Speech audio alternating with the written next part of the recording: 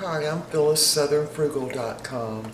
Tonight we're going to fix some eggs, and this can really be a meal for the evening, or you could have it for breakfast, but it comes from a really old cookbook from New Orleans, and I'm not going to put the recipe down below this time because it came in a cookbook, so I'm just going to demonstrate it.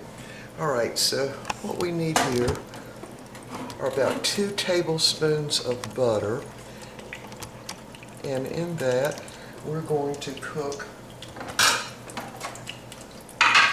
this is about 1/3 of a large bell pepper, a green bell pepper. So we're going to put that in that butter, and that is about 2 tablespoons of butter, maybe a little more.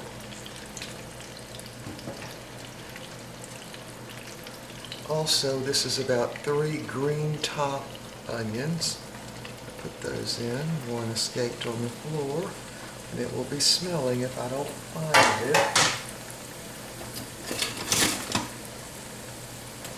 So we've got these on about a high medium.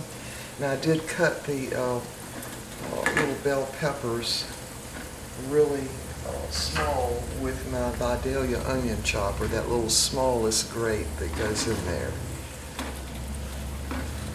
So we're just going to let these cook down and really get done. I don't want them brown on those, so this will take, I don't know, maybe 10 minutes and we'll be back. Alright, our onions and bell peppers are not really completely done, but they're done enough. So what we're going to do now is I have cut up a tomato, and this is a vine ripened tomato, de-seeded it. Better take that off so it doesn't start browning too much, and use some paper towels to kind of dab off some of the water. And so what we're going to do is go ahead and dump these tomatoes right in with the peppers.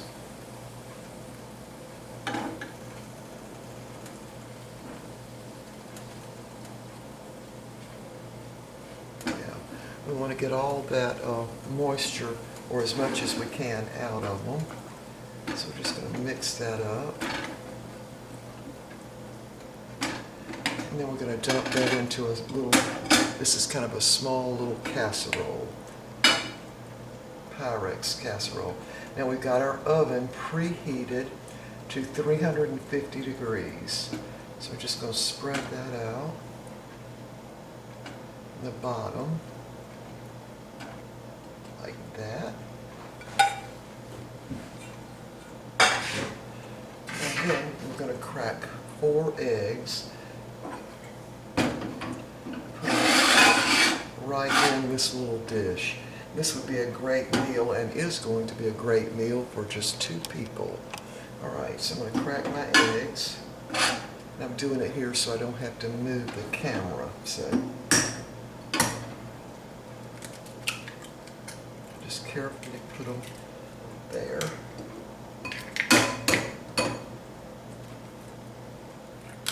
Right there. And these are extra large eggs. Right over there. The 4th one over here. Alright. Let me wash my hands. I'll be right back. I can't even cut my camera off. Hold on. Alright. The next thing we're going to do is put some hot sauce on the yolk of the egg. Now you can use Louisiana hot sauce, Texas hot sauce, Texas Pete, whatever. So I'm going to just shake that up a little bit.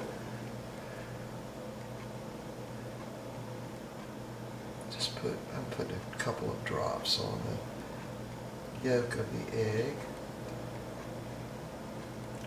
And then the next thing we want to do is cover this with a mixture of breadcrumbs. Now these are not hard, they're soft breadcrumbs. And this is about, that's probably a little more than half a cup of shredded sharp cheddar cheese. So I'm just going to mix kind of equal amounts of the bread and the cheese, a little more.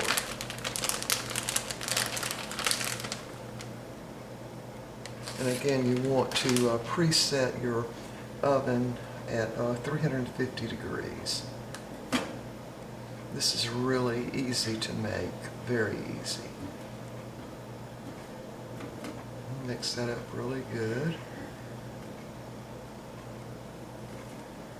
Like that. Alright, now we're going to put it right on top of those eggs.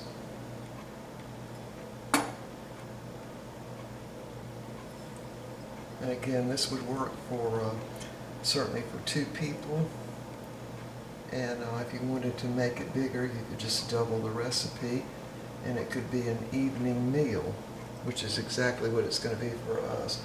We don't usually eat a meal this big this time of night, but we needed something. So, all right, so now we're going to sprinkle it with a little paprika right on top.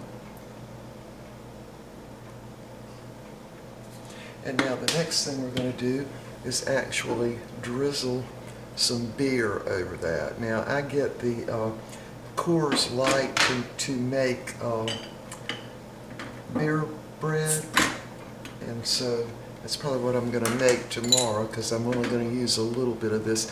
I get maybe a 6-pack of this a year, and I use it mainly to make beer bread. Alright, so I'm going to hold my finger over it and just drizzle it over everything.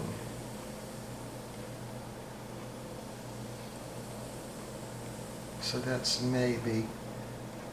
probably not even 1/4 of a cup. Just wetting those dry breadcrumbs. Now they're soft breadcrumbs though. This is not like the panko breadcrumbs. This is actually, I used French bread and ground it up in the food processor. You need soft bread. Alright, it's going to go in the oven, 350 degrees, until the eggs are done. And these are extra large eggs, so I'm going to say 12, 15 minutes, maybe a little more. Anyway, when it gets done, we'll be back. Alright, just took this out of the oven. And I did have extra large eggs, so this actually cooked about 20 minutes. So I'm going to get this on the plates now and just let it cool just a minute or 2 in the pan, and put it on the plates and show you what it looks like. We'll be back. Alright, here's what it looks like on the plate. Now, this is our little meal at night, so we're only having 1 of these. There's mine. And there's 2 left over, which we'll probably have tomorrow night. Alright, y'all, we will see y'all next time. This does have the effect of, it's sort of like a poached egg. Anyway, I hope y'all will try this. It makes a great meal for 2 people, and if you wanted to make the meal for a lot more people, you could just double or triple the recipe. Now, I did cook mine for 20 minutes in the oven because these were extra large eggs, but depending on whether you want it runny or the yolk runny or not, you could sort of judge the time that way. And there's Mr. Bucky's. All right, we will see y'all next time. Bye for now.